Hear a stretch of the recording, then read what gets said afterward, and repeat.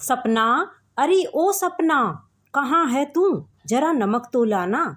जैसे ही सासू माँ की आवाज़ सपना के कानों तक पहुंची, जल्दी से सपना नमक की डिबिया उठा तेज कदम चलाती सासू माँ के कमरे में पहुंच गई। चम्मच से उनकी सब्जी में नमक डाल वापस जाने ही लगी कि सासू माँ बोली, अरे सपना बेटा, तुझे कितनी बार कहा है कि एक डिब्बी में जरा सा नमक डालकर रख दिया कर, ताकि जब भी मुझे ज़रूरत पड़े मैं खुद ही ले लूँगी। बार बार तुझे आवाज़ लगाकर बुलाना मुझे भी अच्छा नहीं लगता, लेकिन तू है कि मेरी सुनती ही नहीं, तपाक से सासू माँ बोली। लेकिन सपना बिना कोई जवाब दिए हल्की सी मुस्कान दिए चली गई। पिछले 7 सालों से उनकी इस आदत से अब बेखबर ना थी सपना। पहले बुरा लगता था उसे कि उसकी बनाई हुई हर सब्जी में सासू माँ की सुई नमक पर आकर अटक जाती थी।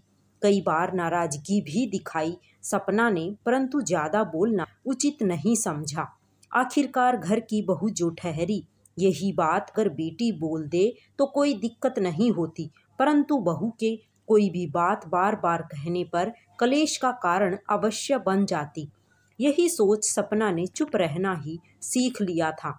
अब बेचारी सपना करे तो क्या करे। शादी करवा कर इस घर में आने के बाद ही ससुर जी और पतिदेव द्वारा सख्त हिदायतें दी गई थी कि तुम्हारी सासू माँ को ब्लड प्रेशर बढ़ने की शिकायत रहती है, इसलिए इनको कम से कम नमक देना है। तब से बेचारी फंस ही गई। इधर कुआं उधर खाई वाले हालात जो पैदा हो गए थे। कम नमक डालती तो सासू माँ का एक ही डायलॉग सदा कानों में सुनाई पड़ता कि सपना, सब्जी वैसे तो बहुत स्वाद है, पर नमक कम होने की वजह से रोटी खाने का मज़ा नहीं आया। लेकिन फिर भी दवाइयाँ लेनी होती हैं तो पेट भरने के लिए खा लिया है खाना। अगली बार नमक का जरा ध्यान रखियो।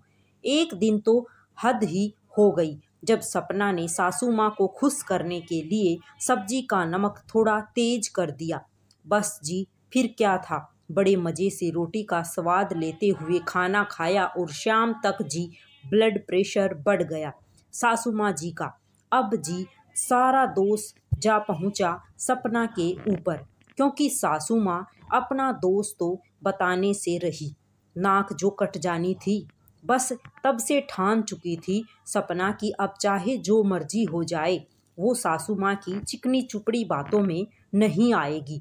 उनकी डांट खाना मंजूर था, परंतु उनकी शारीरिक नुकसान पहुंचाना कतई मंजूर नहीं था। आखिरकार कहीं ना कहीं उसके मन में अपनी सासू माँ के लिए सॉफ्ट कॉर्नर भी था। भले ही नमक के बहाने ही सही, सासू माँ सपना से शिकायत तो करती, पर इस शिकायत में भी उसे अपनापन लगता। कभी सोचा नहीं था सपना ने कि नमक उसके और उसकी सासू माँ के बीच की बातचीत का एक महत्वपूर्ण हिस्सा बन जाएगा। राधे राधे।